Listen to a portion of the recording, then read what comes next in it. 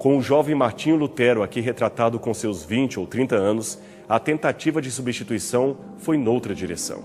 Como um fervoroso católico romano, ele aprendeu numa visão mercantilista de salvação que só alcançaria o paraíso mediante as boas obras que executava. O seu grande dilema nesse sentido era: e se ele morresse? O que aconteceria?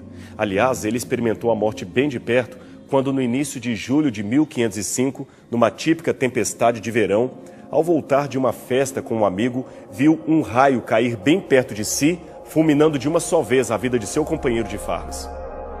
Aquilo, para Lutero, era um claro sinal de Deus. E como o mosteiro era crido ser o caminho mais curto entre o céu e a terra, ele não pensou duas vezes, abandonou os estudos e resolveu entregar a sua vida ao monastério. Ele entrou para a ordem dos monges agostinianos. Assim foi que, em 1507, Lutero se tornou ordenado ao sacerdócio e, em 1512, já havia concluído seu doutorado em teologia. Agora, o problema é que esses 5 anos entre a ordenação e o término de seu programa doutoral foram para Lutero o período de maior questionamento de toda a sua vida. O seu pensamento tornou-se confuso e o referido quinquênio foi descrito como sendo anos de melancolia e profunda depressão. Lutero estava determinado a realizar boas obras. Ele diz que jejuava 3 vezes por semana, se consumia em vigílias e orações em excesso, e mesmo assim nada disso adiantava. No inverno, ele atirava para longe de si o único cobertor que lhe havia dado no mosteiro, tudo para cumprir as penitências. Houve noites, confessou ele, que quase morri congelado. E como resultado de tudo isso, a sua cabeça inchara, os olhos mal podiam ser fechados à noite, e ele ainda cantava, estudava, recitava salmos e jejuava.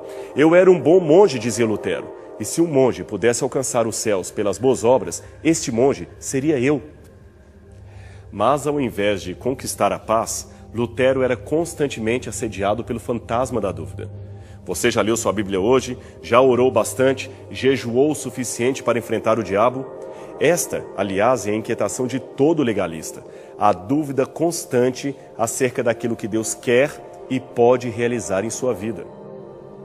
Houve noites em que Lutero afirma ter vivido momentos de franco desespero. Naquelas noites intermináveis, escreveu ele, Cristo parecia um severo rei sentado sobre um arco-íris, de cuja presença eu tentava inutilmente escapar. Quando aconselhado a amar a Deus, Lutero dizia: amá-lo? Eu o odeio. Prefiro ouvir o nome de um demônio a ouvir o nome de Cristo. Você ficou chocado? Pois saiba que, em algumas circunstâncias, Deus é menos ofendido pela sinceridade de um pecador do que pela hipocrisia de um santo. No caso específico de Lutero, a sua tormenta resultava do tipo de religiosidade que lhe fora passada.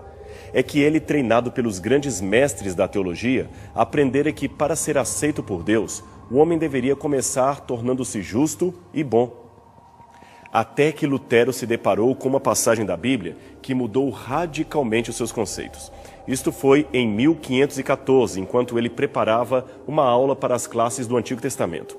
Aí ele, por acaso, leu o Salmo 71, versos 1 e 2, que diz o seguinte: Em ti, Senhor, me refugio, não seja eu envergonhado, livra-me por tua justiça. Mas como? Questionava Lutero. Como a justiça pode me salvar? Naquele tempo, a justiça era um instrumento da condenação divina. Logo, como poderia alguém ser livre por intermédio dela? Aliás, Lutero odiava a expressão justiça divina, pois ele a entendia apenas como sendo a virtude na qual os pecadores são consumidos. Mas agora, ele tinha um novo insight sobre a questão. Em suas pesquisas nesta isolada torre do castelo de Wittenberg, Lutero fez uma descoberta radical a partir do que leu em Romanos, capítulo 1, versos 16 e 17, que diz: Porque não me envergonho do Evangelho, que é o poder de Deus para a salvação de todo aquele que crê.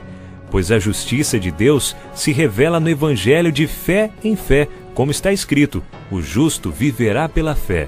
Lutero descobriu alegremente o significado redentor da justiça de Deus. Em outras palavras, a justiça é algo que Deus nos oferece e não que Ele cobra de nós.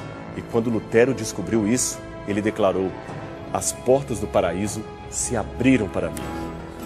O segredo de tudo era o amor de Deus. Os seus pecados eram apenas um grão de areia na montanha do amor de Deus, uma gota no oceano da graça divina.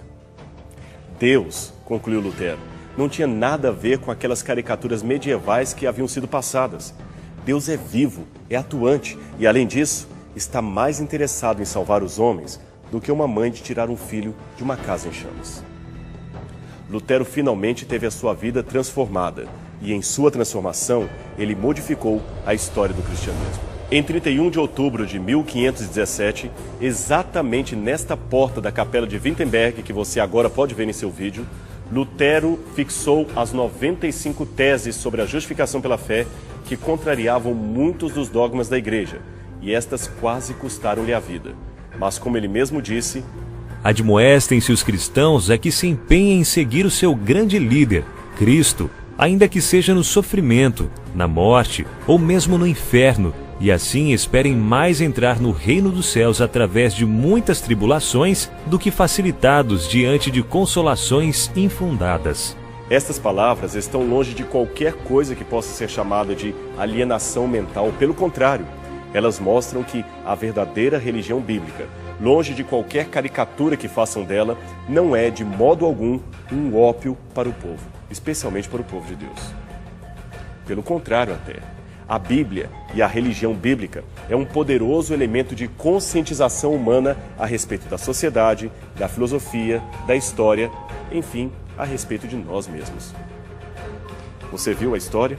Portanto, não deixe que caricaturas mal desenhadas de Deus o façam confundir o Altíssimo com aquela tola descrição que muitos fizeram dele.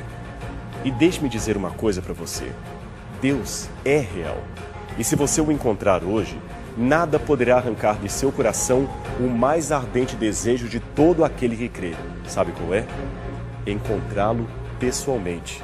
E quando este encontro acontecer, tudo valerá a pena. Tudo terá sentido.